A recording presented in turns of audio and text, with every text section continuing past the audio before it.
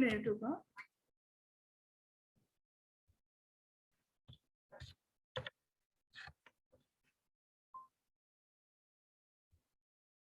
ये सो इसका मतलब आपको सीए इंटरमीडिएट नवंबर 22 में आप जितने भी पेपर्स दे रहे हो, 8 पेपर्स 4 पेपर्स, वो क्लियर करने ही है। आप उसको दिमाग में एग्जाम ही रखो, ओके? तो ही आप क्लियर कर पाओगे। आप जब अगर आप अटेम्प्ट लिख रहे हो ना, दिमाग में आपके अटेम्प्ट ही चल रहा है, तो नहीं क्लियर होगा, ओके? सो क्योंकि आउट ऑफ मतलब माइंड में, बैक ऑफ द माइंड क्या रहता है कि अगर अभी नहीं हुआ नवंबर में तो मई 23 है, करेक्ट? 10th-12th में ऐसे 1% भी दिमाग में आया था कभी कि दिस ईयर 10th नहीं हुआ तो नेक्स्ट ईयर देंगे?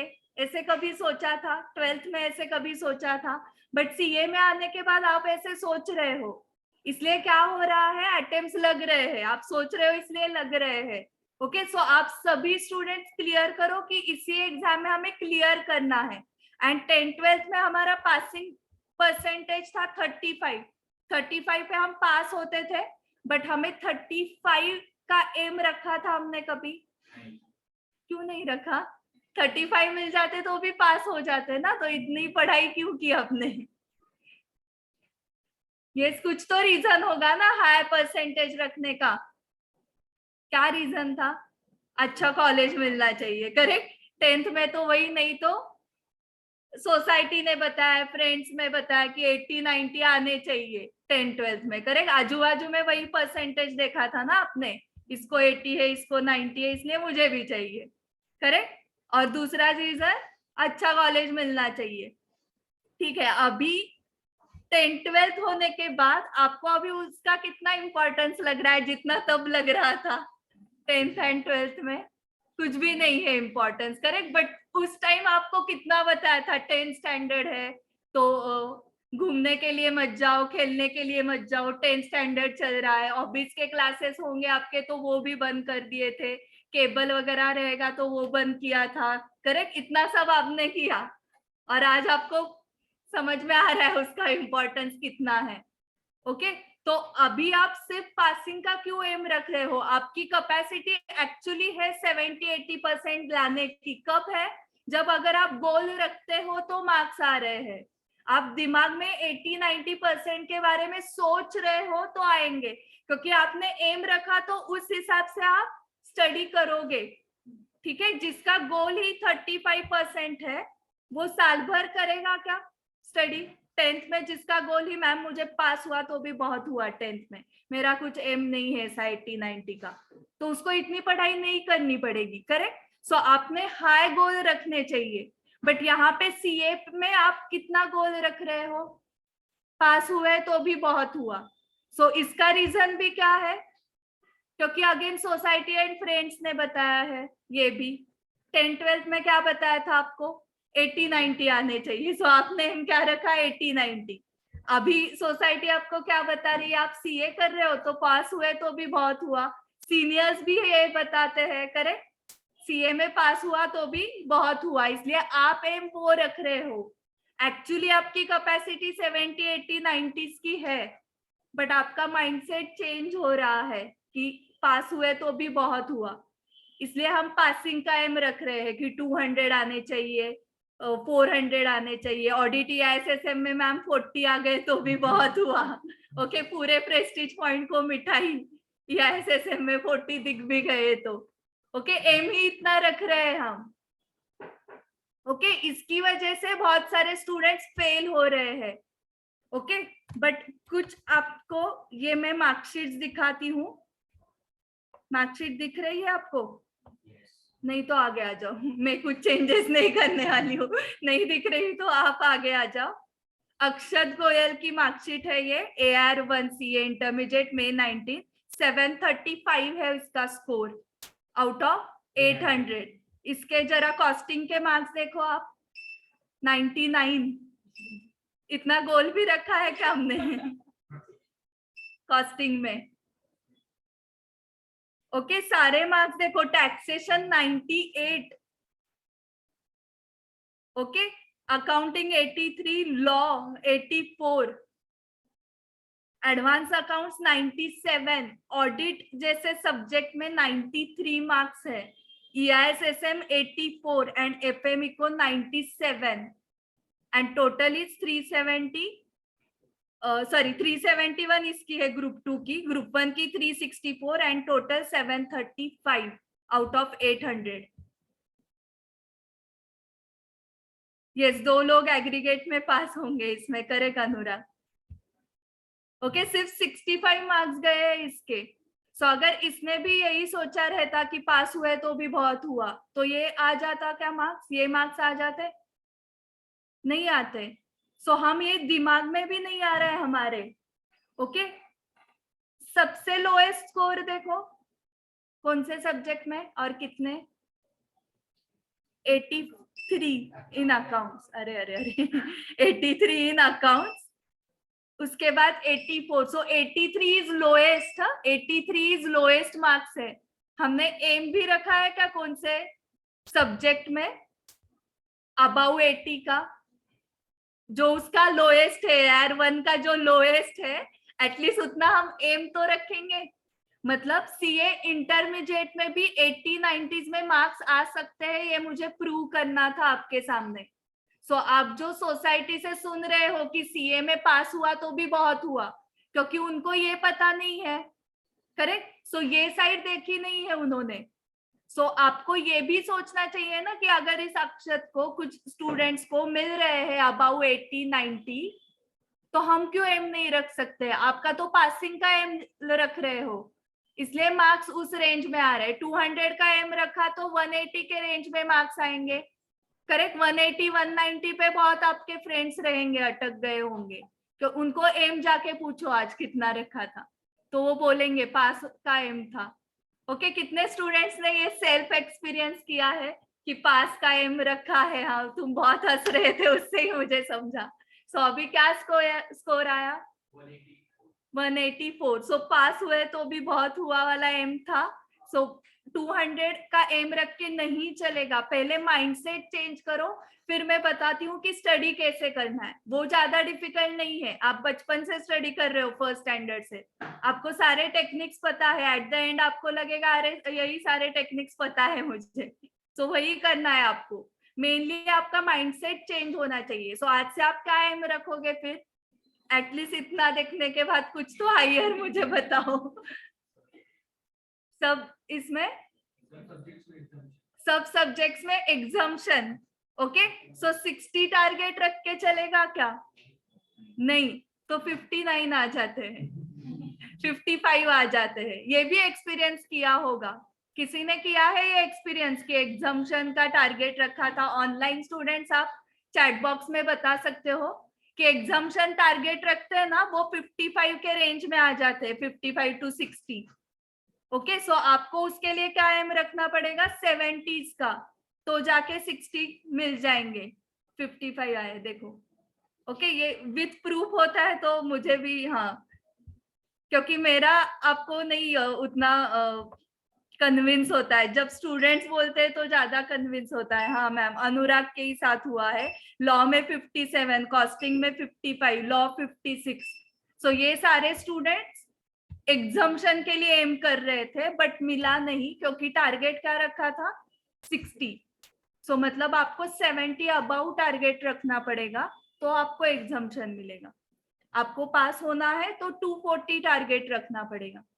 समझ में आ रहा है आपको? सो पहले तो टारगेट चेंज करो, एंड दूसरी चीज, ये एग्जाम है, ऐसे ही दिमाग में रखो। सीए फाइनल में भी आपको यही सोचना है कि एक ही बार देना है, तो ही हो सकते हो। आप अटेम सोचोगे तो लगेंगे अटेम, ठीक है। और ये फोटोशॉप है क्या?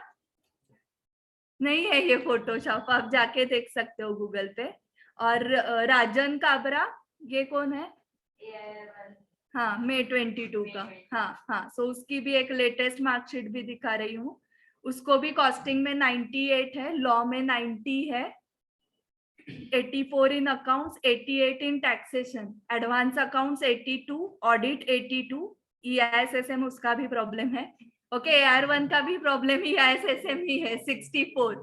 ओके, एंड FME को 78 प्रॉब्लम, मतलब 64 है फिर भी, ओके। सो 666 टोटल है इसकी, ओके। एंड इसकी क्यों मार्कशीट दिखाई मैंने, क्योंकि ये AR1 का AR1 है, अब तक की हाईएस्ट टोटल 735, ओके, इसलिए इसकी मार्कशीट दिखाई। ओके, जस्ट 2 मिनट के लिए इमेजिन करो कि ये ऐसे आपकी मार्कशीट है 98, 97, 88 वगैरह, ऐसे कैसे लग रहा है? 2 मिनट इमेजिन करके मस्त लग रहा है ना? सो उसके लिए मस्त आपको हार्डवर्क भी करना पड़ेगा। ओके, सो 3 सक्सेस मंत्रास याद रखो उसके लिए। सो आप भी ऐसे मार्क्स आपको भी ऐसे मार्क्स मिल सकते हैं, बट उसके लिए आपके पास करेक्ट स्ट्रेटेजी होनी चाहिए। अभी कोई ऐसे स्टूडेंट्स है क्या कि मैम पढ़ाई स्टार्ट नहीं की है, लास्ट 40 डेज बाकी है कोई ऐसे? ओके ग्रेट, तो पास हो जाओगे आप confirm. So 3 steps. First is concept clarity, जो आपकी हो चुकी है, ऐसे मैं एज्यूम कर रही हूँ। ओके, आइदर आपके क्लासेस हुए रहेंगे या आपने सेल्फ स्टडी की रहेगी। सो कंसेप्ट क्लैरिटी में सारे स्टूडेंट्स पास है। ओके, कैसे पास है? पास का परसेंटेज क्या है आपका? 50% है। सो हर एक सब्जेक्ट में ऑन एन एवरेज अगर 14 टॉपिक्स है, तो उसमें से 7 टॉपिक सबको क्लियर हुए हैं क्या? मिनिमम 7। सो सारे स्टूडेंट्स पास है, करेक्ट। सो अभी इस क्लासरूम में जितने स्टूडेंट्स बैठे हैं या जितने ऑनलाइन स्टूडेंट्स हैं, वो सारे स्टूडेंट्स फर्स्ट स्टेप में क्लियर है।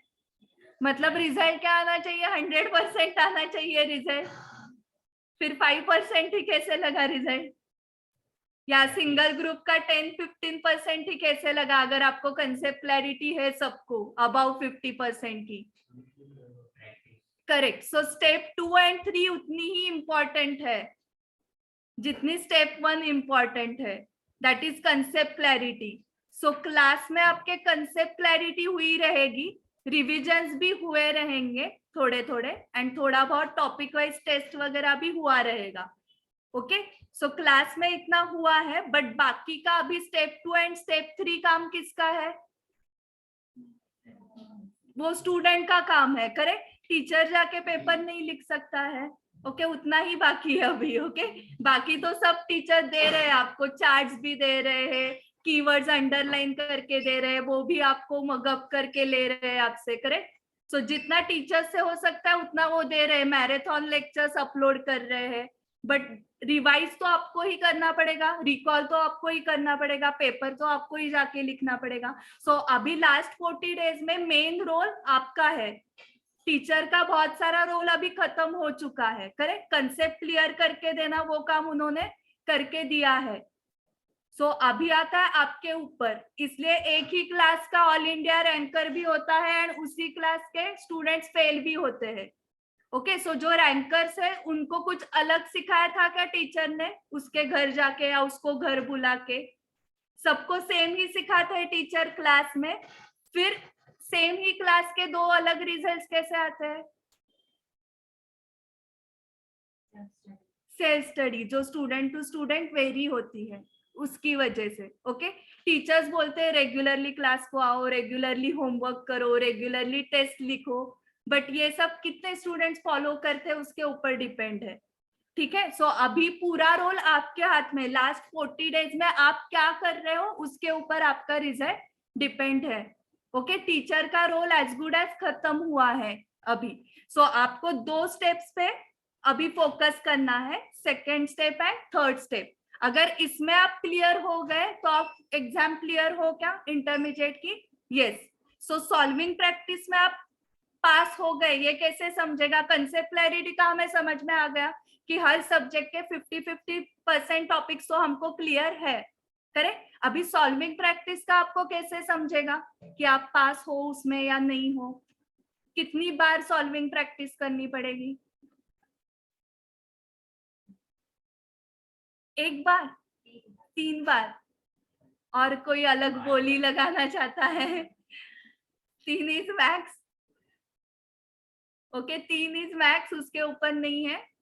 थिअरीला जास्त वेळा थ्योरी को practical 2-3. Okay okay okay. So मैंने यहाँ पे रिवीजन वर्ड पहले लिखा था, उसको मैंने निकाल के सॉल्विंग प्रैक्टिस कर दिया है वर्ड। ओके, रीजन क्या होगा इसका? रिवीजन वर्ड निकाल के मैंने सॉल्विंग प्रैक्टिस वर्ड डाल दिया।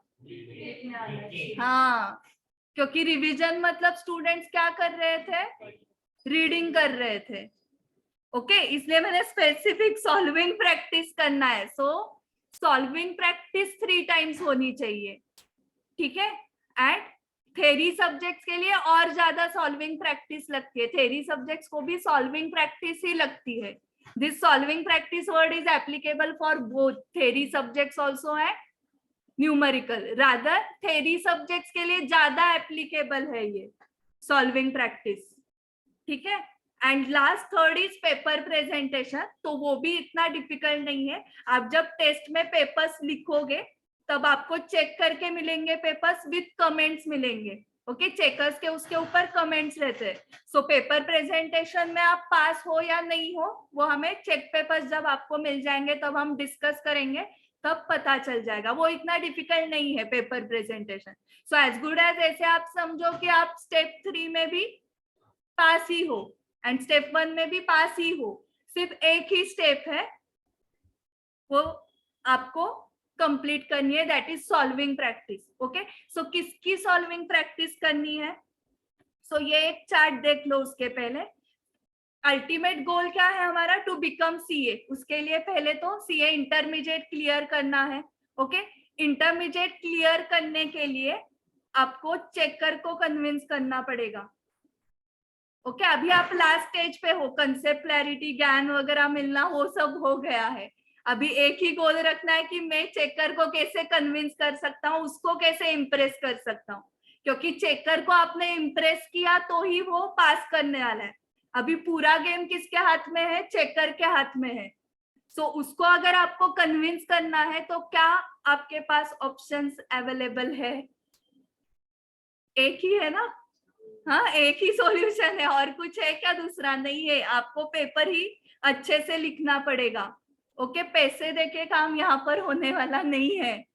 ओके, यहाँ पे एक ही ऑप्शन है, write paper with good presentation with confidence. So अच्छे से आपने पेपर लिखा है तो कंफर्म पास हो जाओगे, कंफर्म वो चेकर कन्विंस हो जाएगा। अच्छे से पेपर लिखने के लिए आपको सॉल्विंग प्रैक्टिस बहुत करनी पड़ेगी, बहुत बार कंसिस्टेंटली सॉल्विंग प्रैक्टिस करनी पड़ेगी। एंड प्रैक्टिस करने के पहले आपको उस कंसेप्ट की क्लैरिटी होनी चाहिए, ठीक है। आप सबको टू व्हीलर आती है? ओके, सो टू व्हीलर आप प्रैक्टिस करते हो, उसके पहले सीखा होगा ना कैसे चलाते हैं टू व्हीलर या फोर व्हीलर कैसे चलाते हैं, वो पहले सीखा होगा। उसके बाद आप प्रैक्टिस करोगे। वैसे आपकी कंसेप्ट्स क्लियर हो गए हैं, अभी आपको प्रैक्टिस करना है।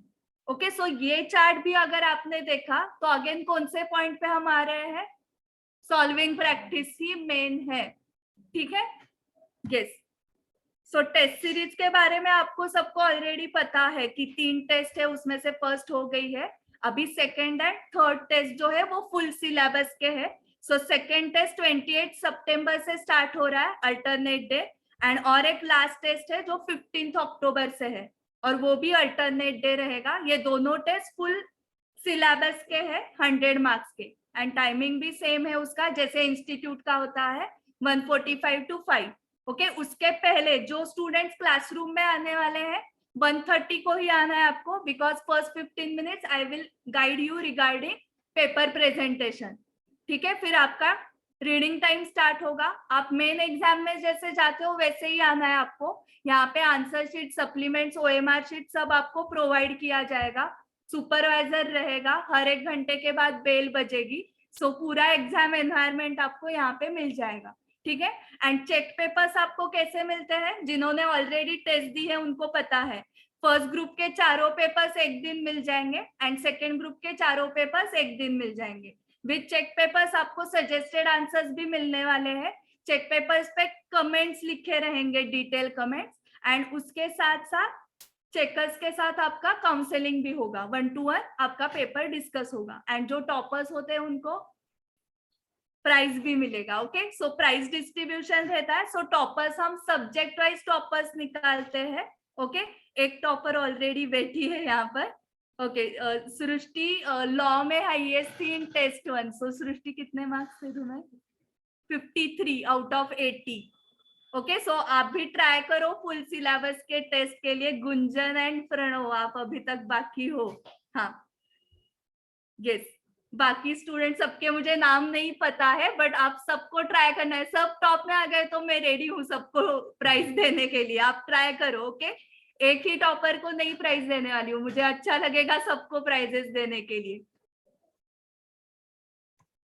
यस, सो अभी स्टडी कैसे करना है वो स्टार्ट करते हैं। सबसे इम्पोर्टेंट है ये, आपको नोट डाउन करते जाना है तो नोट डाउन करते जाओ। जो अभी प्रैक्टिकल सब्जेक्ट्स है आपके, जैसे कि accounts, advance accounts, costing, taxation में जो न्यूमेरिकल पार्ट है, एंड फाइनेंशियल मैनेजमेंट। ओके, सो उसमें पहले आपके पास समरी ऑफ द टॉपिक होना चाहिए, इंपॉर्टेंट एडजस्टमेंट्स। ओके, या फॉर्मूला बैंक। फॉर्मूला कहाँ कहाँ पे लगेंगे? Costing and financial management. किसके किसके पास फॉर्मूला बैंक अभी तक नहीं है? है सबके पास? फॉर्मूला बैंक मतलब अलग पेज पे चाहिए, हाँ, वो सबके पास है एंड आप रेगुलरली उसको रिवाइज कर रहे हो? Confirm, okay. उसके बाद इंपॉर्टेंट एडजस्टमेंट्स मार्क की है क्या आपने? Important adjustments in the question, okay. अगर मार्किंग नहीं किया है तो करो, ये बहुत हेल्पफुल होता है। लास्ट डे रिवीजन को आपको पूरा क्वेश्चन नहीं देखना पड़ेगा, जितना उसमें डिफिकल्ट वाला पार्ट है उतना ही आप करोगे। इंपॉर्टेंट एडजस्टमेंट मार्क किए नहीं है तो करो, नहीं तो अलग से एडजस्टमेंट नोटबुक बनाओ। ओके, अगर टाइम नहीं है तो वहां पे ही अभी मार्किंग कर दो। एडजस्टमेंट नोटबुक अगर किसी को प्रिपेयर करना है तो अभी के लिए टाइम नहीं है कि आप पूरे सारे टॉपिक्स की करो। सो उस केस में आपको क्या करना पड़ेगा, जो भी इंपॉर्टेंट टॉपिक्स है या बड़े टॉपिक्स है जिसमें बहुत सारी वैरायटी है एडजस्टमेंट्स की, तो उसी टॉपिक की सिर्फ एडजस्टमेंट नोटबुक करो। उसमें आपको 4 कॉलम्स करने हैं। फर्स्ट कॉलम में क्वेश्चन नंबर लिखोगे, सेकेंड कॉलम में पेज नंबर लिखोगे उसका, थर्ड कॉलम में उस क्वेश्चन में क्या इंपॉर्टेंट एडजस्टमेंट थी वो लिखोगे, एंड फोर्थ कॉलम में उसकी ट्रीटमेंट लिखोगे। सिंपल एडजस्टमेंट नोटबुक है ये, आप 2 घंटे में भी पूरी रिवाइज कर सकते हो। तो आपको समझ में आ रहा है? लास्ट 40 डेज में आपको लास्ट डे रिवाइज कैसे करना है वो प्रिपेयर करके रखना पड़ेगा, ठीक है। अभी से ही आपको वो मार्किंग करना पड़ेगा। So important adjustments will help you for last day revision. जिसके पास इम्पॉर्टेंट एडजस्टमेंट्स का मार्किंग नहीं है उसको क्या करना पड़ेगा? लास्ट डे को पूरा क्वेश्चन देखना पड़ेगा। अकाउंट्स, एडवांस अकाउंट्स फिर भी आपके फर्स्ट सब्जेक्ट है। एफएमईको के लिए क्या करोगे? कॉस्टिंग के लिए क्या करोगे? ओके, पूरा क्वेश्चन पढ़ने के लिए टाइम नहीं रहेगा। सो ये बहुत इंपॉर्टेंट है adjustment notebook. Okay, adjustments either mark करो वहां पर ही या अलग से नोटबुक बनाओ उसकी। उसके बाद समरी ऑफ टॉपिक। अगर आपको थ्योरी कुछ पढ़नी है, न्यूमेरिकल सब्जेक्ट्स में बहुत थ्योरी नहीं पढ़ना है, ईच एंड एवरी वर्ड नहीं पढ़ना है, जरूरत भी नहीं है। थोड़ी सी अगर समरी है आपके पास तो पढ़ो, and directly question answer solving के लिए ही जाना है आपको, ठीक है। अभी सेकेंड मैंने लिखा है solving practice. So last 40 days में आपको क्या क्या कवर करना चाहिए? सबसे पहले study material for all 8 subjects, उसमें जो इलस्ट्रेशंस है, ओके, इलस्ट्रेशंस, एक्सरसाइज क्वेश्चंस। ये मॉड्यूल होने के बाद आपको जाना है पास्ट पेपर्स पे। ओके, मई 18 से न्यू सिलेबस स्टार्ट हुआ था। मई 18 से मई 22 तक के सजेस्टेड आंसर्स आपके पास होने चाहिए कंपलसरी ऑफ ऑल 8 सब्जेक्ट्स। उसके बाद आप आरटीपी एंड एमटीपी कर सकते हो, क्योंकि उसकी डिफिकल्टी लेवल कैसे होती है कंपैरेटिवली? आरटीपी एमटीपी की हाई होती है compare to past papers. RTP की लेवल हाई है? यस, नहीं, आरटीपी में तो रिपीटेटिव ही रहता है ना, पास्ट पेपर्स की हाई है। Okay, module and past papers जो हाई डिफिकल्ट लेवल वाले वो पहले करो एंड देन आरटीपीज करो। कुछ कुछ आरटीपीज की हो सकती है डिफिकल्टी लेवल हाई, बट कुछ आरटीपीज में रिपीटेटिव ही है। मॉड्यूल एंड पास्ट पेपर्स होने के बाद आपको एक कॉन्फिडेंस आ जाता है कि मेरा स्टडी मटेरियल पूरा हुआ है एंड पास्ट के मैंने सारे पेपर्स देखे हैं। सो अगर किसी का बहुत स्टडी भी अभी तक बाकी है वो भी पास हो सकता है, इतना उसने किया तो 50% तो वो ला सकता है इतना करके आराम से, फॉर ऑल 8 सब्जेक्ट्स। ठीक है, क्लियर हुआ? ये सीक्वेंस समझ में आ गया है? Module, then past papers and then RTP and MTP. Okay, site पे नहीं है तो आपको कंपाइलेशन, आपका क्वेश्चन बैंक वगैरह मिला होगा क्लास के क्वेश्चन बैंक से। ओके, अगर क्लास में नहीं दिया है तो आपको दूसरे साइट से मिल जाएंगे वो, बट ये आपके पास है या नहीं चेक करो, कंपलसरी ये होना ही चाहिए। इतना भी आपने किया तो भी आराम से आप पास होते हो। ये जो समरी वाला पार्ट है बहुत ज्यादा टाइम लगता है, और आपने कहा था कि अगर किसी चीज में टाइम लगता है हाँ। तो अगर जरूरत से ज्यादा लग रहा है तो आगे बढ़ जाओ। हाँ, बट अगर हम ऐसे आगे बढ़ते जाएंगे तो फिर हमारी समरी ऑफ टॉपिक, समरी दी नहीं है। समरी इज नॉट लाइक तो हम खुद से बनाएंगे ना, हमारी सब्जेक्ट नहीं, वो तो साइट पे भी अपलोडेड है समरी चार्ट्स फॉर्म में। बट ये एडजस्टमेंट नोटबुक्स एंड ऑल। हाँ, तो इसलिए तो अभी इम्पोर्टेंट टॉपिक्स का सिर्फ करो ना, सारे टॉपिक्स का नहीं हो सकता अभी, इसलिए इम्पोर्टेंट टॉपिक्स का करो। और वो भी नहीं हो सकता है तो क्वेश्चन के बाजू में ही लिख दो। और उसके लिए पढ़ाई 12 आवर्स तक जानी चाहिए डेली, तो ही हो पाएगा ये। अभी लास्ट 40 डेज ही इम्पोर्टेंट है और आपको कुछ भी करके ये करना ही पड़ेगा। ओके, कितने भी डिफिकल्टीज आ गए लास्ट 40 डेज में, आप बीमार पड़ गए, घर पे कोई बीमार है, कुछ भी आप एक्सक्यूजेस दे ही नहीं सकते। एक्सक्यूजेस आपने दिए तो फेल ही होने वाले। ऑल इंडिया रैंकर्स के घर में भी कुछ प्रॉब्लम हो सकते हैं, फिर भी वो रैंक में आते हैं। एक एग्जांपल देती हूँ, सीए फाइनल की एक स्टूडेंट थी लास्ट में 22 के लिए, उसके छोटे भाई को कैंसर था, लास्ट स्टेज वाला। ओके, वो हॉस्पिटल में जाके पढ़ाई करती थी। सो किसी के घर में क्या चल रहा है पता नहीं रहता है हमें, बट उसको पता है ना कि पढ़ाई करनी ही पड़ेगी। हॉस्पिटल में बैठ के वो पढ़ाई कर रही थी, क्या कंसंट्रेशन हुआ रहेगा उसका, फिर भी करना पड़ता है। ओके, सो लास्ट 40 डेज में आप कुछ भी एक्सक्यूजेस दे नहीं सकते हो। फेस्टिवल के तो दो ही मत। ओके, एक साल का गया दिवाली तो भी चलेगा, वो एवरी ईयर आने वाला है, हमें एग्जाम एवरी ईयर नहीं चाहिए। ओके, नेक्स्ट ईयर की दिवाली इमेजिन करो, इंटरमीडिएट बोथ ग्रुप्स आप क्लियर हो, कैसे लग रहा है, डबल दिवाली करो उस टाइम। रिजल्ट के दिन सारे फेस्टिवल्स होते हैं हमारे। ओके, आवर्स बढ़ाने पड़ेंगे अगर ये नहीं हो रहा है, क्योंकि ये किया तो ही पास होने वाले हैं, इतना तो कंफर्म है। लास्ट डे रिवीजन के लिए तुम्हारे पास शॉर्ट में कुछ होना ही चाहिए ना, correct? And summary charts uploaded है साइट पे, ठीक है? क्या नाम है उसका, क्विक रिवीजन ना, रेफरेंस फॉर क्विक रिवीजन करके है, उसमें चार्ट्स दिए हुए हैं सारे सब्जेक्ट्स के, सो वहां से तुम कर सकती हो।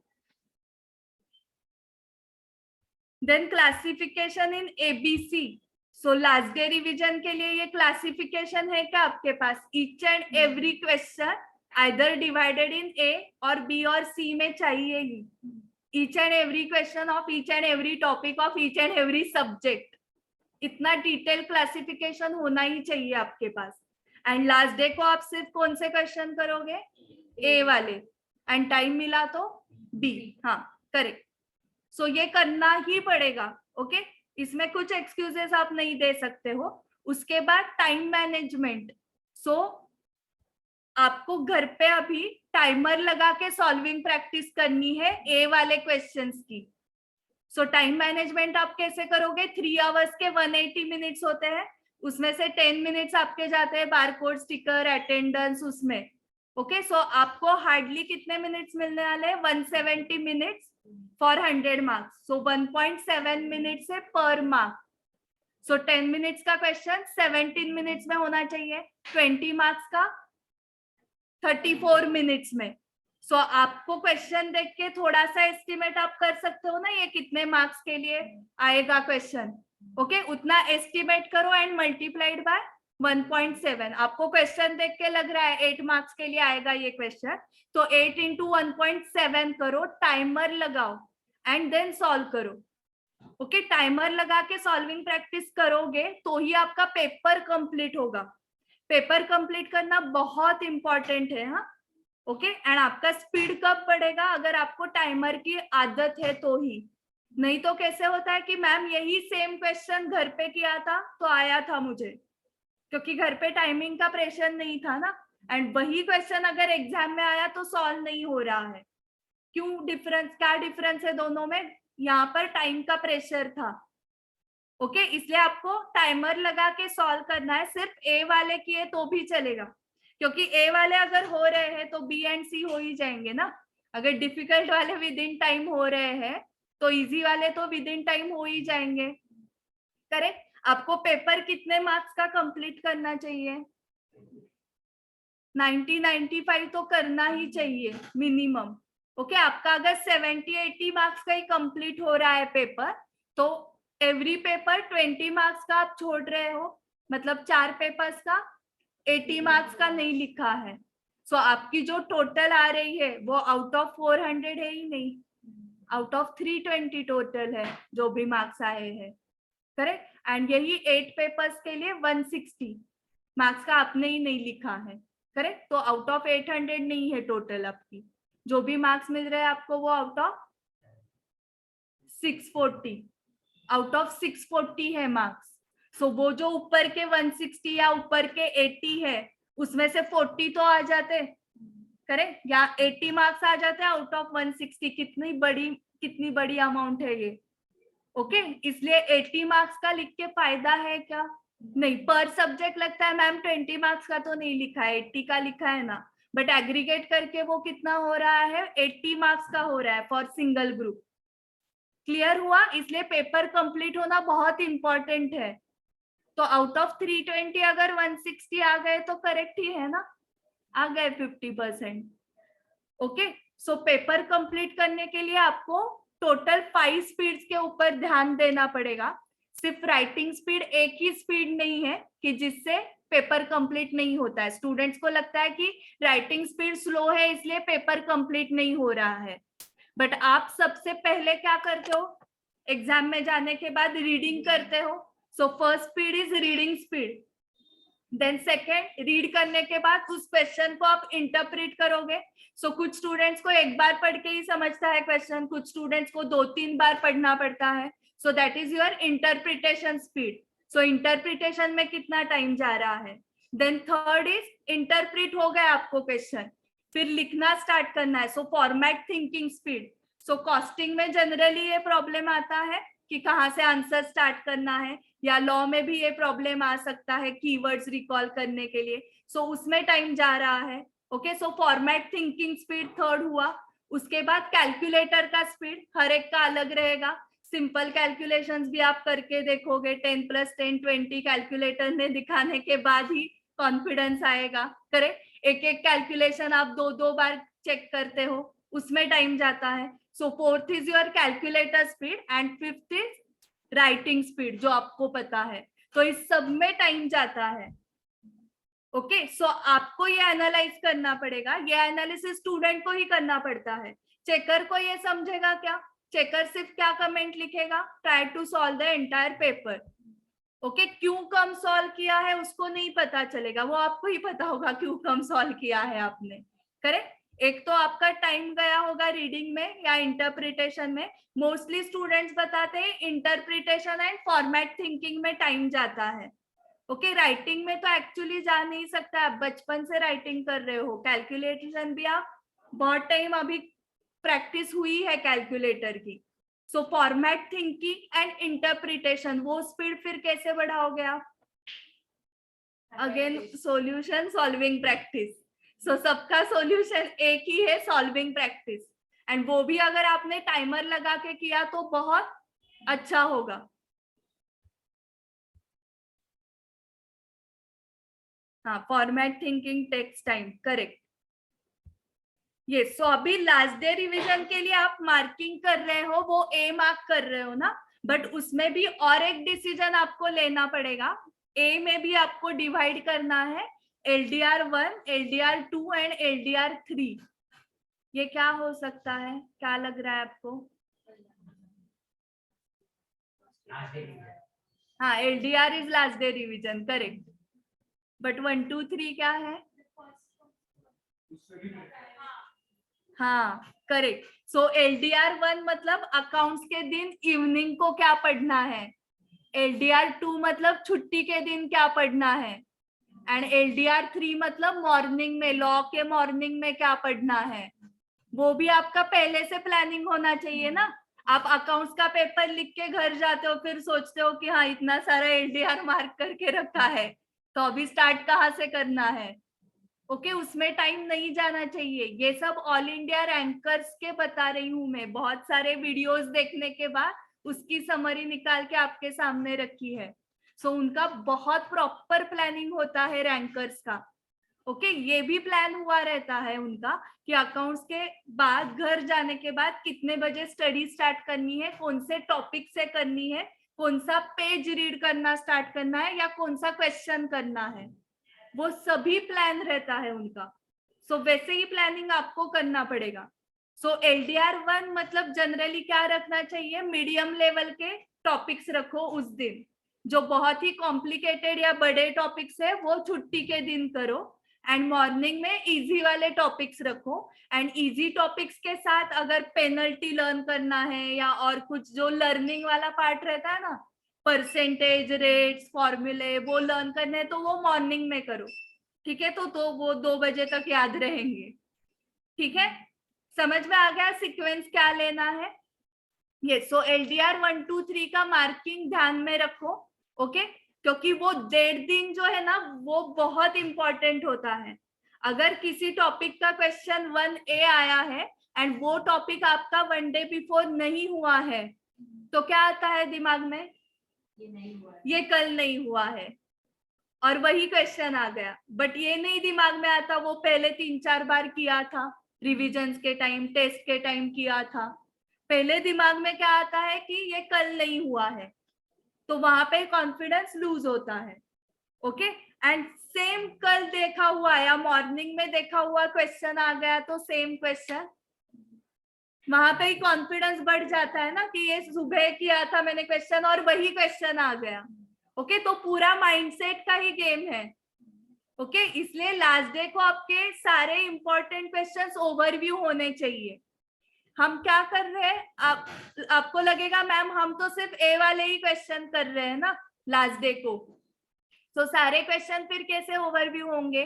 तो सी वाले मतलब ऐसे है कि आपको कभी भी वो क्वेश्चन पूछे ना तो भी आपको आंसर आता है उसका, इसलिए वो आपने लास्ट डे को नहीं देखे तो भी आपको आने वाले हैं। फॉर एग्जाम्पल कैश सेल्स, इस ट्रांजैक्शन की एंट्री क्या होती है, cash account debit to sales account. So आप कल रिवाइज करके आए थे क्या ये, या मॉर्निंग में रिवाइज किया था क्या, मतलब कभी भी किसी ने भी ये क्वेश्चन पूछा आपको तो भी आप एंट्री बोल सकते हो ना इसकी। सो इस लेवल की आपकी प्रैक्टिस हो चुकी है अभी। सो वो सी टाइप है कि कभी भी पूछो आप, मैं आंसर कर सकती हूँ इसको, इसलिए वो आपने नहीं देखा तो भी आप एग्जाम में कर पाओगे। बट अगर ए टाइप के नहीं हुए क्वेश्चन एंड वो एग्जाम में आ गए तो इसको कहाँ पे तो देखा था। ओके बट सॉल्व कैसे करना है वो याद नहीं आता है, सिर्फ ये क्वेश्चन कहीं तो देखा था इतना ही याद आता है। वो याद आके फायदा है क्या, नहीं, उसके स्टेप्स याद आने चाहिए आपको। समझ में आ गया, इसलिए ए वाले होने ही चाहिए लास्ट डे रिवीजन को। मॅम जर एक्झाम मध्ये असा एक क्वेश्चन असेल जो जमतच नाही आणि एक क्वेश्चन आहे ज्याला वेळ लागणार असेल, तरी पेपर कम्प्लिशन साठी ट्राय करायचं का जेवढं जमतंय तेवढं नीट करायचं, आणि जो क्वेश्चन जमत नाही त्याला लास्टला वेळ उरला तर करायचं। हाँ करेक्ट, पेपर कम्प्लिशन तेव्हा यस, नहीं, जो टाइम कंज्यूमिंग है वो पहले लो, जो नहीं आ रहा है उसके ऊपर बाद में थिंक करो। एंड किसी क्वेश्चन को टाइम जो अलॉटेड है 17 मिनट्स 34 मिनट्स, उससे ज्यादा आप कितना एक्स्ट्रा टाइम दोगे, हाँ करेक्ट 3 to 5 मिनट्स। ओके उससे ज्यादा टाइम नहीं देना है, हाँ छोड़ देना है वो क्वेश्चन। ठीक है, आता म्हणजे समजा मला एका क्वेश्चनला 35 मिनिट झाले हम्म. आणि मला अजून 15 मिनिटं जर लागणार असतील त्याला, पण मला माहितीये की तो सम जमणार आहे मला, हाँ तर त्याला ट्राय करायचं का हाँ. जो राहिला अख्खा क्वेश्चन आहे तो अटेम्प्ट नहीं, उसको ही ट्राई करना पड़ेगा 15 मिनट्स और देके। ठीक है, क्योंकि उसमें मार्क्स मिलने वाले हैं ना हमें टाइम देके। झालेला बघायला। तो तुमने क्या किया था? मी म्हणजे जो डाउटफुल आहे ना हाँ. तो स्टार्ट केला. हाँ, तो मिला ना रिजल्ट? हाँ. Okay, now next is theory subject, जिसमें सबसे प्रॉब्लम आता है, करेक्ट? तो इसको तो पहले तो प्रॉब्लम करके मत देखो. ओके, सो यहाँ पर आपका क्या हो रहा है, बहुत ही आप निगेटिव बोलोगे ना थेरी सब्जेक्ट के बारे में, तो और वो डिफिकल्ट लगने लगेगा. ओके, सबके लिए ही प्रॉब्लम है, देखा हमने, यार 1 का भी प्रॉब्लम है, EISSM. ओके, बट उसको आप प्रॉब्लम प्रॉब्लम करके बहुत दिमाग में रखोगे ना, तो वो कीवर्ड्स रिकॉल नहीं होंगे. ओके, उसमें आपको क्या करना पड़ेगा, एक तो आपके पास उसकी भी समरी होनी चाहिए, आइदर इन चैट फॉर्म या ऑडियो समरी, या अगर रिवीजन लेक्चर्स अपलोडेड है फैकल्टीज के, तो वो रिवीजन लेक्चर्स देखो. वो आपको कंटिन्यूअसली देखने पड़ेंगे रिवीजन लेक्चर्स. अगर आप देख रहे हो ऑडियो है तो वो ऑडियो भी बार बार सुनना पड़ेगा. एंड अगर आप चैट से पढ़ रहे हो तो चैट्स भी आपको डेली करने ही पड़ेंगे. सो थेरी सब्जेक्ट्स आपके प्लान में, डेली रूटीन में थेरी सब्जेक्ट्स होने ही चाहिए. ठीक है, स्पेशली अगर आप ग्रुप 2 दे रहे हो तो EISSM तो डेली करना ही पड़ेगा आपको. एंड उसके बाद solving practice of question answers भी उतनी इंपॉर्टेंट है. आप सिर्फ चार्ट्स करके जाओगे तो नहीं होने वाला है, सिर्फ कंसेप्ट्स आएंगे. बट क्वेश्चन इंटरप्रिटेशन की प्रैक्टिस कब होगी? चार्ट्स पढ़ के होगी क्या? उसके लिए क्वेश्चन आंसर्स की प्रैक्टिस करनी पड़ेगी, करेक्ट? सो क्वेश्चन आंसर्स की भी राइटिंग प्रैक्टिस करनी है, सॉल्विंग प्रैक्टिस. सिर्फ आप गो थ्रू करोगे ना क्वेश्चंस, नहीं आएगा, बिल्कुल भी नहीं आएगा. आप 10 बार भी गो थ्रू करते हो तो भी नहीं आएगा. उससे बेटर 2-3 टाइम्स लिख के देखो. ओके, बिना देख के लिखना है जितना आ रहा है उतना, एंड देन कंपेयर करो उनके आंसर के साथ. आपने किसी ने सॉल्विंग प्रैक्टिस की है? ऑडिट में यही इशू है. हाँ, ओके, सॉल्विंग प्रैक्टिस की है किसी ने? क्वेश्चन आंसर्स की स्टार्ट की है? ओके, सृष्टि तुमने लॉ में की थी क्वेश्चन आंसर्स की राइटिंग प्रैक्टिस. डेली कितने आंसर्स लिखे हैं? हाँ, ओके, सो डेली कितने क्वेश्चंस लिखे थे? मी असं ठरवायचं की आता सपोज मला एका दिवशी तीन हे करायचे लेसन्स, त्याचे 3 लेसन्सचे पूर्ण रायटिंग. सारे क्वेश्चन? हा, मॉड्यूल मध्ये म्हणजे इलस्ट्रेशन. हाँ, ते जे मार्क्स. ओके, सो वो उसने मॉड्यूल एंड एक्सरसाइज के क्वेश्चन बिना देख के लिखे हैं. पूरा सॉल्यूशन लिखा था या पॉइंटर्स? की पॉइंट्स लिखे थे. हाँ हाँ, एंड फिर वो की पॉइंट्स मैच किए कंपेयर करके. ओके, एंड देन कितने मैच होते थे?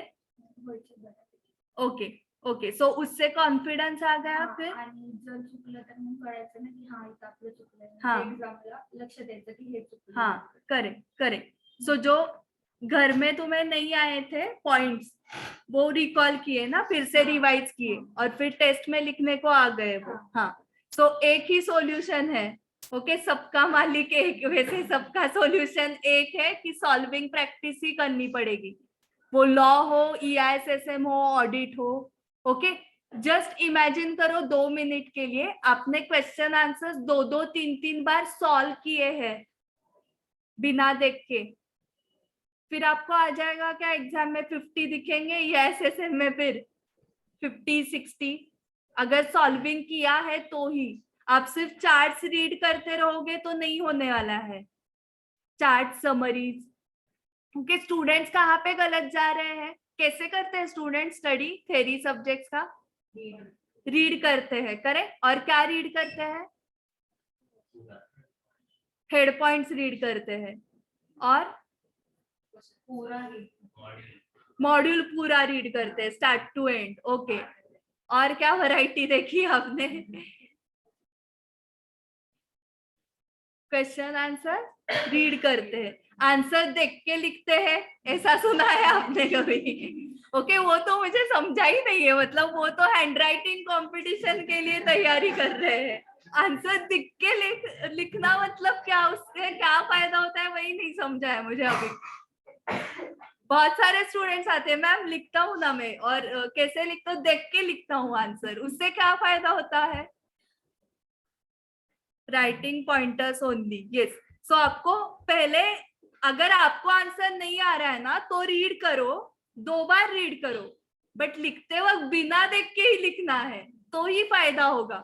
ओके, देख के लिखने में सिर्फ हैंडराइटिंग अच्छा होगा और कुछ नहीं होगा, ठीक है। सो की पॉइंट्स रिकॉलिंग की प्रैक्टिस हो ही नहीं रही है ना, आप देख के लिख रहे हो तो, ठीक है। तो डायरेक्टली राइटिंग प्रैक्टिस स्टार्ट मत करो, पहले क्वेश्चन आंसर्स आपको रीड करने पड़ेंगे, उसमें से कीवर्ड्स अंडरलाइन करने पड़ेंगे, ठीक है। एंड फिर जो डिफिकल्ट क्वेश्चंस है इसमें भी आपको एबीसी मार्किंग करना पड़ेगा, करेक्ट। जो क्वेश्चंस आपको बहुत ही डिफिकल्ट लग रहे हैं वो आप लिख के देखोगे, ओके। पॉइंटर्स भी लिख के देखे तो भी चलेगा।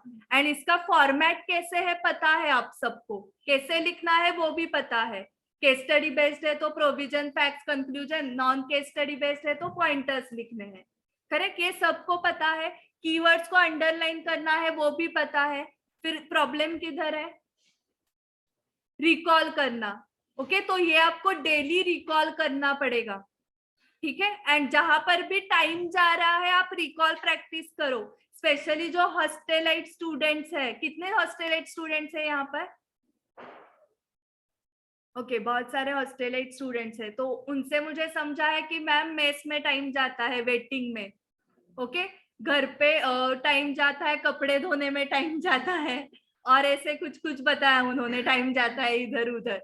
तो उस टाइम आप कीवर्ड्स रिकॉल कर सकते हो, कपड़े धोते धोते कीवर्ड्स रिकॉल हो सकते हैं, करेक्ट। मेस में वेटिंग करते वक्त कीवर्ड्स रिकॉल हो सकते हैं, ओके। अगर ट्रैवलिंग टाइम किसी का बहुत ज्यादा है लाइब्रेरी में आने तक, तो भी आप ट्रैवल करते करते गाड़ी पे भी कीवर्ड्स रिकॉल कर सकते हो, ओके। ये मैंने खुद किया था, क्लास से घर जाते वक्त कीवर्ड्स रिकॉलिंग। क्लास 3 घंटे का होता था, ओके। घर जाते जाते 15 मिनट्स ही लगते थे, उसमें मैं कीवर्ड्स रिकॉल करती थी, मतलब जो भी क्लास में सिखाया है वो रिकॉल करती थी। एंड घर जाके सिर्फ बुक देखो कि क्या क्या रिकॉल नहीं हुआ, तो जो रिकॉल नहीं हुआ है उसको हाईलाइट कर दो, हो गया पढ़ाई, सेल्फ स्टडी हो गया। सो टाइम सेव हो रहा है ना यहाँ पे। ऐसे ही आपको कुछ टेक्निक्स निकालने पड़ेंगे, ओके। स्टूडेंट्स आके यहाँ पे बोलते हैं मैम वो मेस में ना बहुत टाइम जाता है इसलिए आज होमवर्क नहीं किया, फिर या कीवर्ड्स रिकॉल नहीं किए, या घर पे टाइम जा रहा है, हॉस्टल पे टाइम जा रहा है, बट आपको ही टाइम निकालना पड़ेगा कुछ भी करके। अभी लास्ट 40 डेज में अगर आपने 10, 12, 14 आवर्स स्टडी किया तो ही होने वाला है, ओके। एंड अगर एनर्जी कम पड़ रही है, सेल्फ स्टडी नहीं हो रहा है, तो खुद को एक ही क्वेश्चन पूछो। कौन सा क्वेश्चन पूछोगे?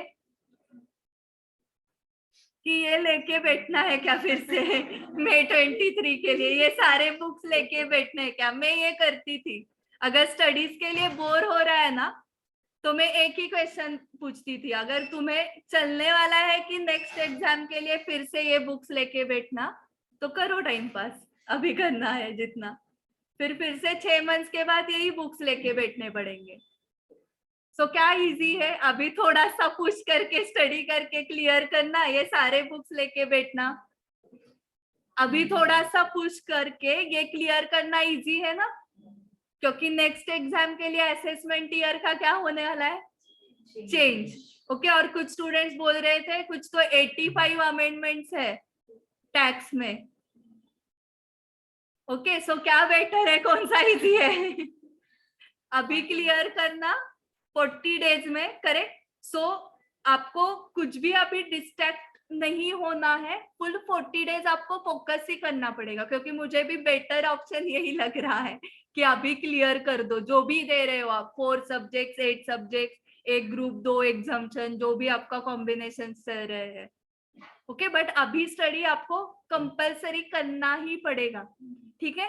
एंड थेरी सब्जेक्ट्स के लिए बोर होता है, ऐसे कितने स्टूडेंट्स है थेरी सब्जेक्ट्स करने के लिए बोर होता है, ओके। सब, हाँ, जिन्होंने हाथ ऊपर नहीं किए हैं उन्होंने नहीं किए, मतलब मोस्ट ऑफ द स्टूडेंट्स है ऐसे। तो उसके लिए एक टेक्निक है कि जो क्वेश्चन पूछा है वो आपका क्लाइंट का केस है, ऐसे इमेजिन करो, ओके। ऑडिट में, EISSM में, लॉ में, ओके। सो नेक्स्ट 1 आवर में आपको 10 क्वेश्चंस करने हैं, तो आप ऐसे समझो कि मेरे 10 क्लाइंट्स आने वाले हैं, ओके और उन 10 क्लाइंट्स का केस सुन के उनको हमें क्या करनी है, कंसल्टेंसी देनी है। तो वैसे ही होता है ना, सीए क्या काम करता है, क्लाइंट आता है, that is facts of the case, फिर उसको कौन से प्रोविजंस एप्लीकेबल हो रहे हैं वो आप ढूंढते हो। ओके मैम वहां पे गूगल होता है। ओके सो प्रोविजंस आप ढूंढते हो एंड देन उसको डिसीजन देते हो, करेक्ट। ओके बाद में गूगल यूज कब कर सकते हो, नाम के आगे डिग्री आने के बाद। हाँ ओके अभी तो आपका गूगल यही है, आपको ही रिकॉल करना पड़ेगा, ठीक है। सो यही काम करना है आगे जाके, उसकी आपको फी मिलने वाली है, अभी मार्क्स मिलेंगे, उतना ही फर्क है, ठीक है। सो आपके क्वेश्चंस मतलब आपके क्लाइंट की केस है इसे समझो तो इंटरेस्ट आएगा। ओके उस क्वेश्चन के सामने फीस लिख के रखो 1 लाख 2 लाख 50,000 जो भी आपको लग रहा है। सो इंटरेस्ट क्रिएट करो उसमें, आपको बोर हो रहा है तो इंटरेस्ट क्रिएट करना पड़ेगा कुछ भी। ये मेरा सॉल्यूशन था for CA final audit. Okay मैंने ऑडिट फीस लिख के रखे थे कि ये क्वेश्चन सॉल्व किया तो 1 लाख ऑडिट फी मिलेगी, ये क्वेश्चन सॉल्व किया तो 50,000 मिलेगी, और नहीं सॉल्व किया तो गया वो क्लाइंट। ओके सो ऐसे ही प्रैक्टिकल लाइफ में भी वही होने वाला है। और एक चीज ध्यान में रखो, कंक्लूजन या डिसीजन रॉन्ग लिखा है तो कितने मार्क्स मिलते हैं पता है क्या आपको?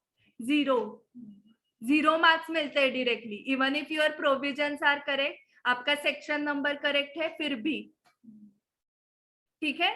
सो आपको कंक्लूजन नहीं पता है कंफर्म तो क्या करोगे, नहीं लिखना है, तो आपको स्टेप वाइज मार्क्स मिलेंगे ना provisions and facts of the case के।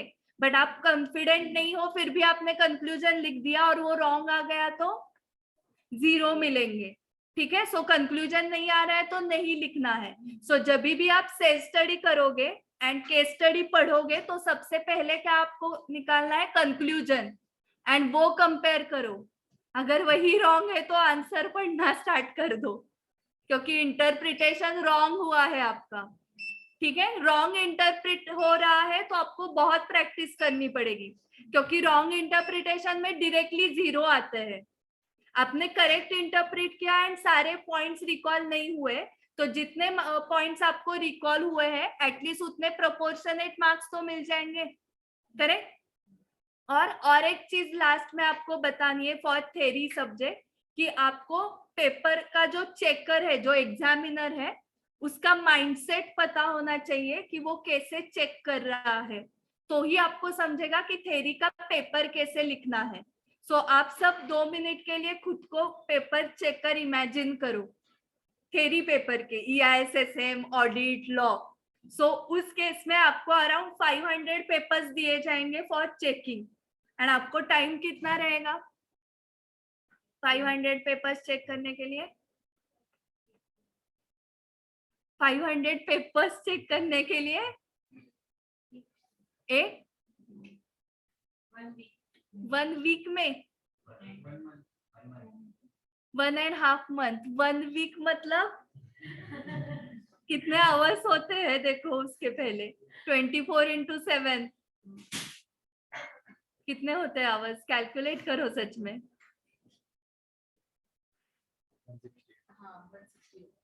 168 आवर्स में 500 पेपर्स कैसे होंगे? नहीं हो सकते। ओके अराउंड 1 या 1.5 month मिलता है, ठीक है, पेपर चेकर्स को। एंड पेपर चेकर्स कौन होते हैं? सीए, बट प्रैक्टिसिंग या जो सर्विस में है वो। एंड कितने इयर्स कंप्लीट होने चाहिए सीए होकर? 5 years, करेक्ट। सो 5 साल के बाद आपको कुछ याद रहेगा क्या? आप BOS नॉलेज पोर्टल ओपन करने वाले हो क्या सीए होने के बाद? कभी नहीं करने वाले हो ना। हाँ तो उसने किया होगा क्या?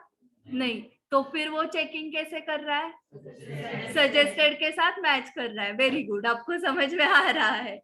सो 5 years के बाद ये असाइनमेंट मिल रही है। जो सीए होने के बाद 5 साल हो चुके हैं वो कहाँ पे तो काम कर रहा होगा या घर पे बेरोजगार है इसलिए उसने ये असाइनमेंट ली है।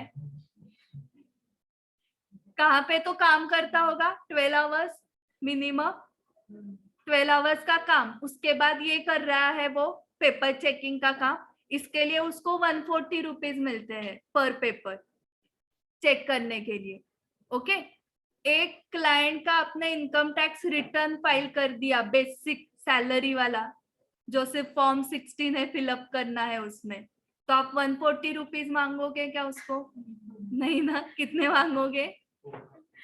4000। ओके, दिल्ली का रेट बताया उसने डायरेक्टली। हाँ, मतलब 140 तो नहीं मांगोगे, करेक्ट। एक पेपर चेक करने के लिए कितना टाइम लगता होगा? 10-15 मिनट। एक इनकम टैक्स रिटर्न फाइल करने के लिए कितना टाइम लगता होगा? बेसिक टैक्स रिटर्न 5-10-15 मिनट्स लेते हैं। ओके, साइट का वगैरह प्रॉब्लम देख के 15 मिनट्स लेते हैं।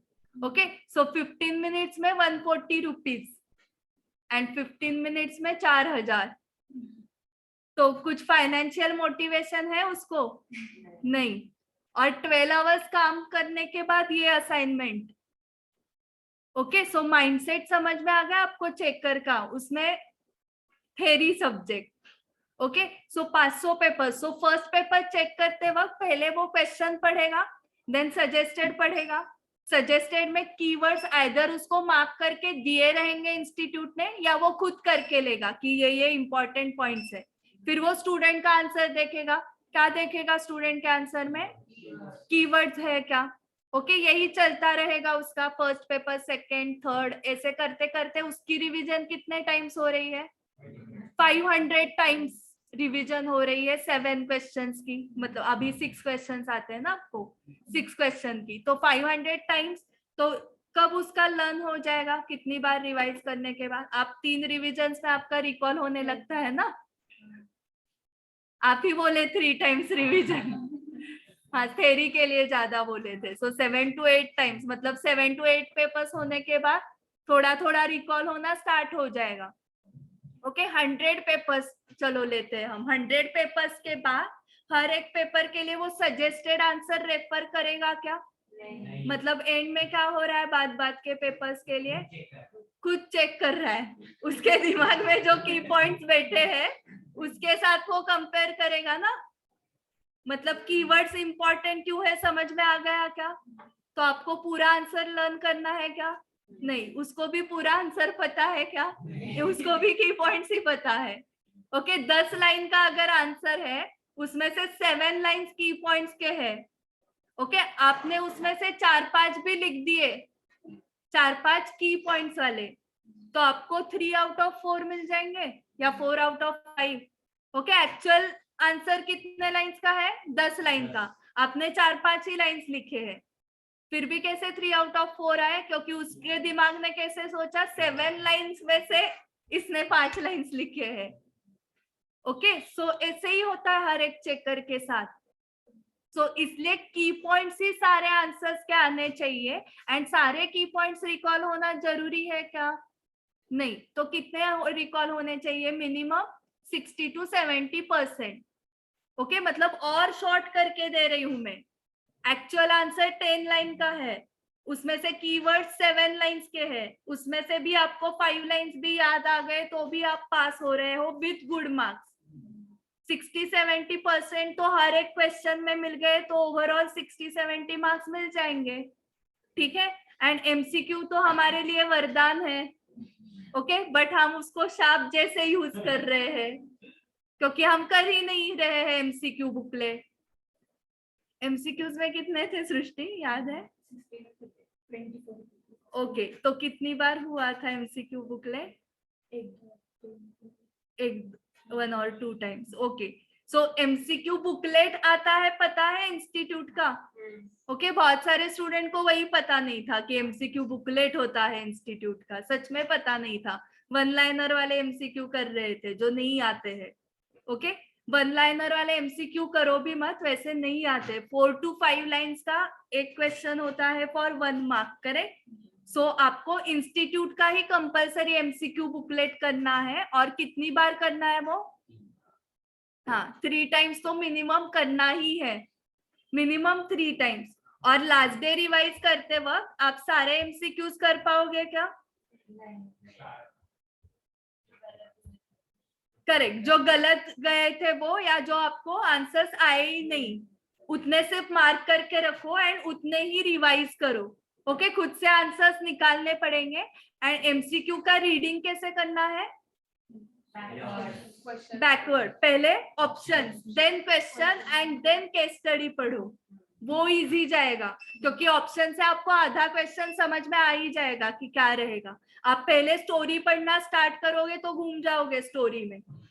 ओके एंड कभी कभी वो स्टोरी इररिलेवेंट होती है, कभी कभी नहीं, बहुत बार। करेक्ट, इसलिए पहले ऑप्शंस पढ़ो देन क्वेश्चन, एंड रिक्वायर्ड है तो ही स्टोरी पढ़नी है। रैंकर्स को कितने आते होंगे एमसीक्यूज में? आउट ऑफ 30 आउट ऑफ 30 मिलते हैं। यहाँ पर टेस्ट में भी सीए फाइनल के 2 स्टूडेंट्स को 24 आउट ऑफ 24 मिले थे अभी टेस्ट 1 में। टेस्ट 1 80 मार्क्स की थी ना, उसका 30% 24 मार्क्स होता है। सो 24 आउट ऑफ 24 मिले हुए हैं। ओके सो आपको भी मिनिमम कितने आने चाहिए एमसीक्यूज में? 20%। हाँ, मतलब मिनिमम 25 का टारगेट रखो आउट ऑफ 30। ओके 25 to 30 के रेंज में होने चाहिए, तो ही हमारा स्कोर अच्छा आएगा ना।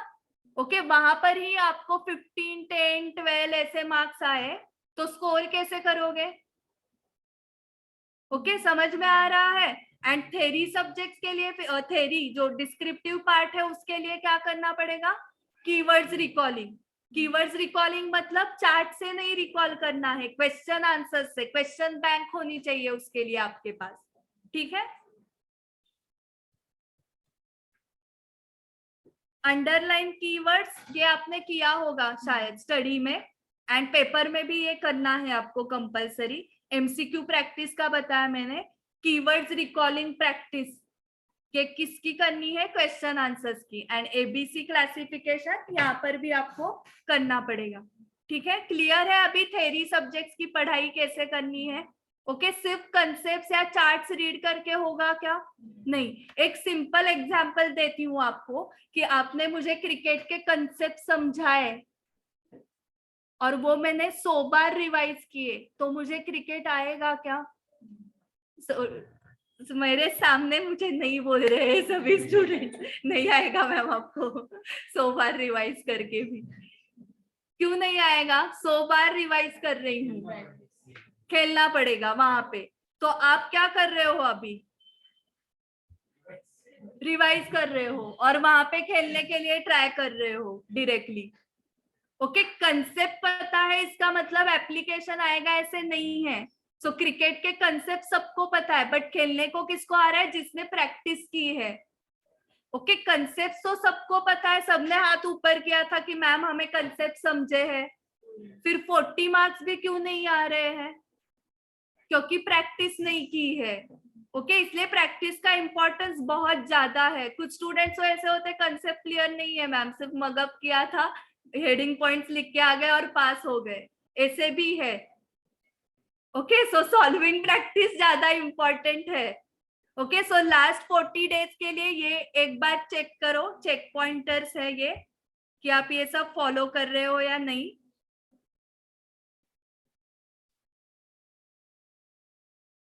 नहीं, टेस्ट सीरीज के लिए सिर्फ अनुराग टेस्ट का ही पढ़ना है, उसी सब्जेक्ट का पढ़ना है।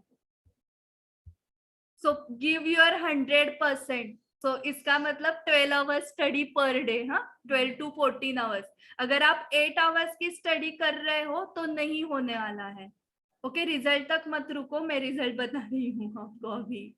ओके आपका सिंगल ग्रुप है तो मैम 8 आवर्स चलेगा क्या? नहीं, सिंगल ग्रुप वालों के लिए भी 10 to 12 आवर्स पढ़ना ही पड़ेगा।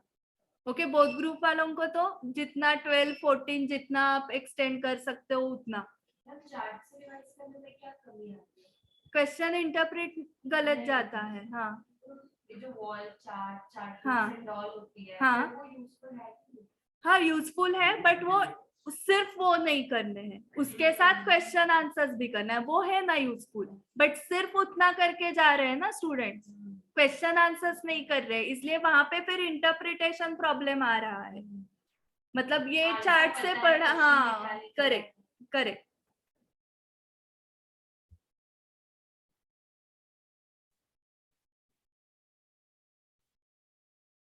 यस अनुराग, सफिशिएंट रहेगा टाइम। देन सेकेंड थिंग, आप पास होने वाले हो ये आप कितनी बार खुद को बता रहे हो। Okay, self talk, practice positive self talk. आप खुद के साथ बात करते हो, क्या बात करते हो? ओके, पास होंगे क्या, पास होंगे क्या, इस टाइप से बात करते हो ना, क्या पास होना रे। ओके, सो ऐसे ही बात करनी पड़ेगी आपको। हाँ, आपका सेल्फ कॉन्फिडेंस पे सारा डिपेंड है। ओके, पास होने ही वाले हैं हम, ऐसे ही बात करनी पड़ेगी आपको। ओके, थिंक करना है तो पॉजिटिव ही थिंक करो ना, नहीं तो मत थिंक करो। ओके, निगेटिव थिंक करके नहीं होने वाला है। सो करेक्ट स्ट्रेटेजीज अगर आप फॉलो कर रहे हो, जो मैंने अभी स्ट्रेटेजीज बताए आपको, वो अगर आप फॉलो करोगे तो आप सच में इजीली पास हो सकते हो। ओके, 50% तो लाने हैं ना आपको, उतने तो आपको मिले थे फर्स्ट टू 12th स्टैंडर्ड से, करेक्ट। ओके, 50% है इसलिए तो इस कोर्स में आ गए ना, वहां ही कम आ जाते तो इस कोर्स को लिया ही नहीं होता आपने, करेक्ट। सो 50% आपको आराम से आने वाले हैं, ये खुद को बताते रहो। बट आराम से मतलब कब बताना है ये, अगर आप बहुत टेंशन ले रहे हो तो ये बताना है। ओके, आराम से आने वाले इसलिए स्टडी ही नहीं कर रहे हो तो टेंशन लो। देखो, आपको क्या करना पड़ेगा, सेल्फ कॉन्फिडेंस जो है वो बैलेंस रखना पड़ेगा। क्योंकि अभी जितना भी मैंने एक्सपीरियंस किया है पास्ट 5 इयर्स में, कि जो स्टूडेंट्स पास हुए हैं उनका कॉन्फिडेंस लेवल बैलेंस था। जो ओवर कॉन्फिडेंट वाले लोग थे ना, वो भी क्लियर नहीं हुए हैं, वो कुछ तो सिली मिस्टेक वहां पे करके आ गए। एंड जो लेस कॉन्फिडेंट वाले थे वो भी नहीं क्लियर हुए, और जो बैलेंस कॉन्फिडेंट वाले थे वही क्लियर हुए हैं। ओके, टेस्ट में वगैरह देख के भी समझ में आ जाता है कि कौन लो कॉन्फिडेंट है, किसका ओवर कॉन्फिडेंस चल रहा है, वो समझ में आ जाता है। तो वहां से ही रिजल्ट पता चलता है।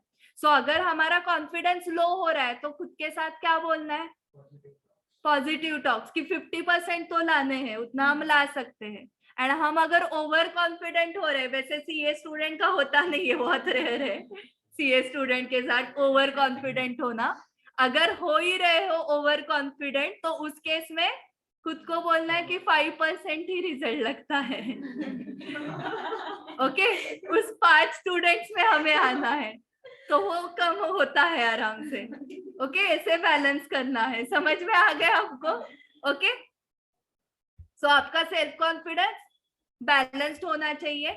उसके बाद use carrot and stick approach. ये पता है क्या होता है कैरेट एंड स्टिक अप्रोच? नहीं पता है, किसी को भी नहीं पता है ये। Okay, so carrot and stick मतलब क्या, आपको डेली टारगेट्स रखने हैं कंपलसरी। अगर वो डेली टारगेट कंप्लीट हुआ तो आप कुछ तो रिवॉर्ड दोगे आप ही, दैट इज कैरेट। हाँ, एंड वो अगर कंप्लीट नहीं हुआ तो स्टिक, मतलब कुछ तो पनिशमेंट दोगे आप ही। ओके, ये हमें क्यों अप्रोच अभी यूज करना पड़ेगा, ये कैरेट स्टिक अप्रोच पहले जब हम स्कूल में थे तब टीचर्स एंड पेरेंट्स यूज करते थे। ये तुमने होमवर्क किया, आज कैडबरी मिलेंगी। ओके, आज हम घूमने जाएंगे, आज हम शॉपिंग करने के लिए जाएंगे, अच्छा सा तुमने होमवर्क किया है आज, करेक्ट। ओके, ये अप्रोच यूज किया है ऑलरेडी आपने, पेरेंट्स ने, आपके पेरेंट्स ने, टीचर्स ने आपके साथ। बट अभी वो नहीं करेंगे ये, तो ये किसको करना पड़ेगा, आपको ही करना पड़ेगा। ओके, सो रिवॉर्ड क्या रहेगा वो आप डिसाइड करो, पनिशमेंट क्या रहेगी वो भी आप डिसाइड करो।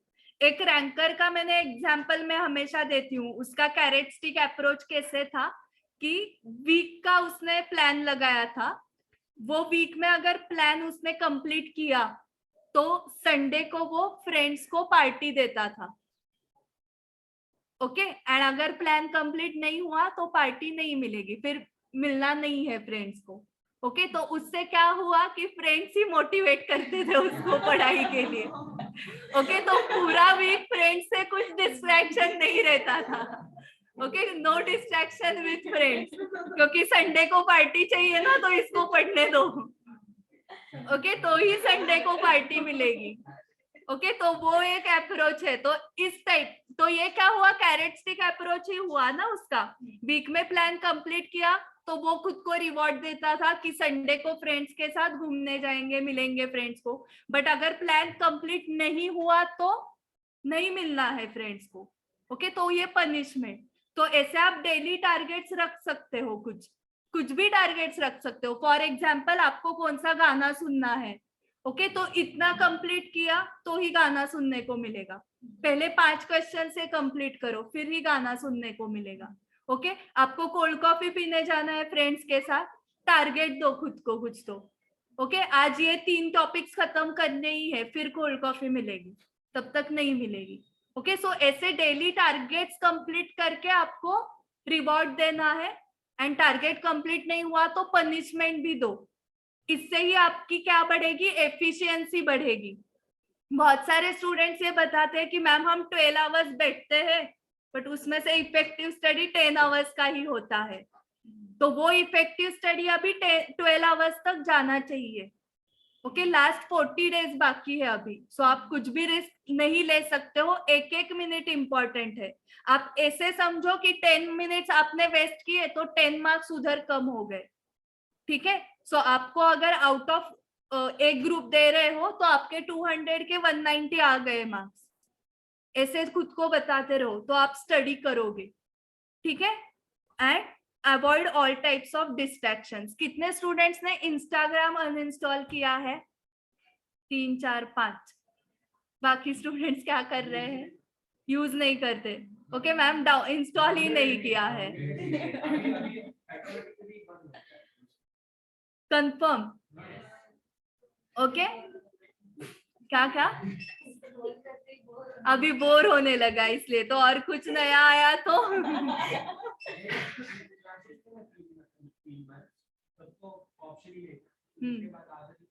हाँ, ओके ओके, तो एक इंस्टाग्राम डिस्ट्रैक्शन मुझे पता है। और क्या होते हैं डिस्ट्रैक्शन? स्नैपचैट रहता है क्या? ओके, बंद। गुंजन ना, स्नैपचैट दोगी? बंद। और क्या रहता है डिस्ट्रैक्शन? मेरा भी नॉलेज बढ़ाओ थोड़ा। यूट्यूब, ओके, देखना होता है मैराथन फैकल्टी का। और फिर कुछ तो आ जाता है ना अलग एक। ओके,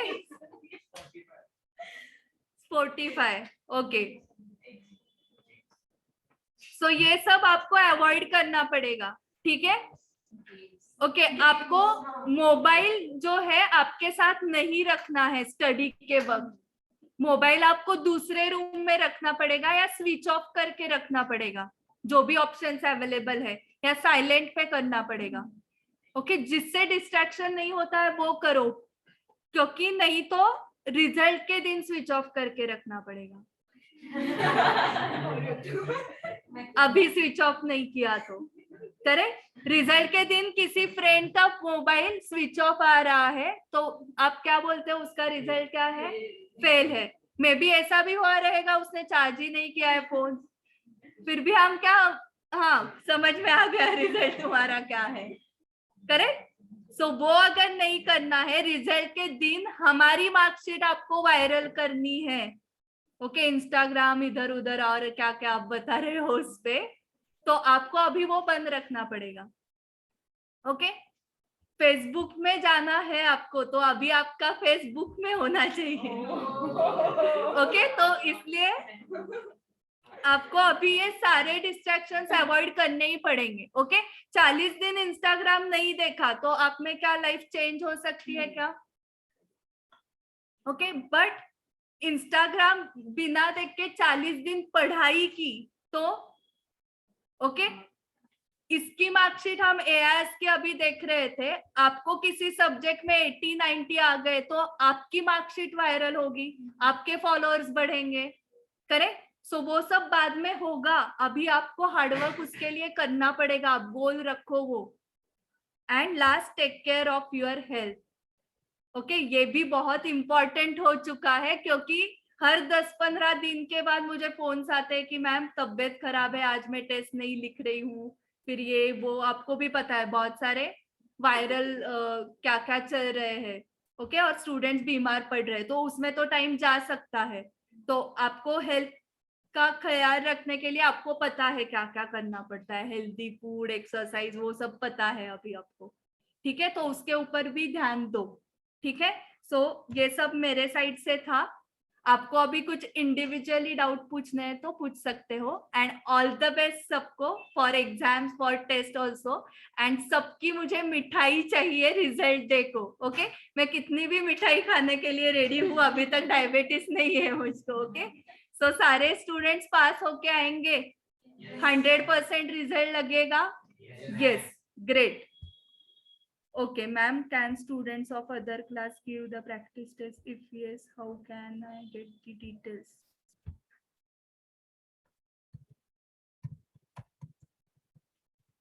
ये सब है, इस नंबर पे तुम कांटेक्ट करो, तुम्हें टेस्ट सीरीज के सारे डिटेल्स मिल जाएंगे।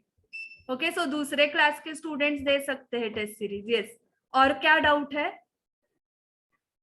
ऑनलाइन स्टूडेंट्स आप कॉल करो डायरेक्टली, क्योंकि पहले मैं क्लासरूम स्टूडेंट्स के डाउट्स ले रही हूँ। कितने स्टूडेंट्स का मैंने डे वाइज प्लान यहाँ पे क्यों नहीं बताया वो बताती हूँ, क्योंकि हर एक का कुछ अलग अलग प्लान चल रहा होगा। सो इसलिए मैंने अभी कुछ डे वाइज प्लान नहीं दिया। कुछ स्टूडेंट्स 8 सब्जेक्ट्स वाले हैं, कुछ 4 सब्जेक्ट्स वाले हैं। तो किसी को डे वाइज प्लान में मेरी हेल्प चाहिए तो मैं इंडिविजुअली आपको बाद में हेल्प करती हूँ, ओके। कितने स्टूडेंट्स का वन टाइम पूरा सिलेबस हो चुका है? 8 सब्जेक्ट्स का या 4 सब्जेक्ट का वन टाइम हुआ है?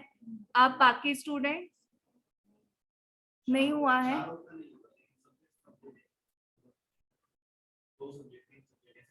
ऐसे कंप्लीट है, ओके ओके ओके। सो EISSM जो वीक है ना वो पहले उठाना चाहिए, ओके। क्योंकि कैसे उस सब्जेक्ट से ही हम जा रहे हैं पता है, तो उसको ऊपर लाना पड़ेगा ना पहले, तो ही एग्रीगेट होगा। तुम इजी, जो तुम्हें इजी जा रहा है उसी को ही पहले कर रहे हो, तो उसका स्कोर बढ़ जाएगा। सिर्फ उसका स्कोर बढ़ा के फायदा नहीं है, हमें EISSM को 50 पे लाना है, तो वो पहले करो। एंड ज्यादा टाइम उस सब्जेक्ट को देना पड़ेगा जो वीक है, ठीक है। और किसी को कुछ डाउट्स है? ओके, ठीक है। सो कुछ केबिन में आके बात करनी है तो आप बात कर सकते हो, okay. Thank you. And online students, आपको मैंने नंबर्स दिए हैं, दोनों नंबर्स, आप फोन करके पूछ सकते हो कुछ भी डाउट्स रहेंगे तो। एंड जिनको क्लासरूम में टेस्ट सीरीज लिखनी है फ्रॉम 28 सितंबर, तो आपको आज ही एडमिशन लेनी पड़ेगी, क्योंकि क्लासरूम टेस्ट सीरीज का एडमिशन फुल हो गए हैं ऑलमोस्ट, ओके। अगर आप ये वाली टेस्ट लिख रहे हो तो 28 सितंबर की, आप ऑनलाइन देने वाले हो तो कुछ प्रॉब्लम नहीं है, ऑनलाइन टेस्ट लिख सकते हो। Yes, thank you Abhay, thank you Nikhil. Yes, thank you, M. Bhalerao. Yes.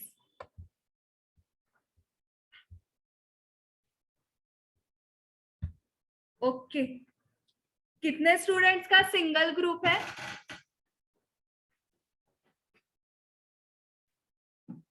Okay. And कितने स्टूडेंट्स का फर्स्ट अटेम्प्ट है? First and last? तुम्हारा भी फर्स्ट है ना?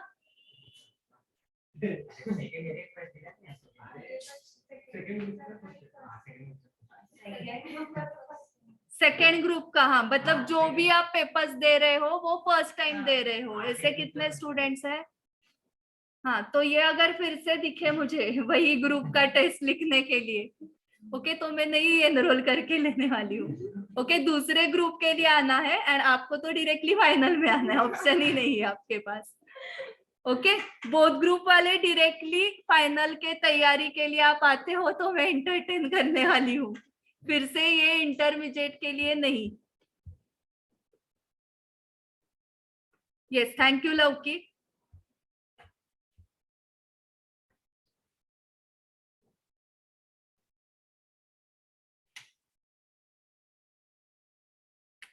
Yes, okay. एंड कितने स्टूडेंट्स का टेस्ट सीरीज के लिए एनरोलमेंट हो चुका है? ओके, सो आप सब 28 को देने वाले हो ना? हाँ, या 7 अक्टूबर? हाँ, ओके ओके। सो अगर आपके किसी फ्रेंड्स का एनरोलमेंट बाकी है तो आज या कल में ही बोलना, ये टेस्ट नंबर 2 जो है उसके लिए, ठीक है, क्योंकि क्लासरूम में कैसे लिमिटेड सीट्स है, ओके, एंड हमें मतलब एक बेंच पे एक ही स्टूडेंट बिठाना पड़ता है ना, इसलिए लिमिटेड सीट्स है। नहीं तो उनको बाद में यहाँ के एडमिशन फुल होने के बाद ऑप्शन नहीं रहेगा मेरे पास, उनको ऑनलाइन ही करना पड़ेगा टेस्ट सीरीज। ठीक है, yes, okay, thank you, yes, welcome. Anurag को डाउन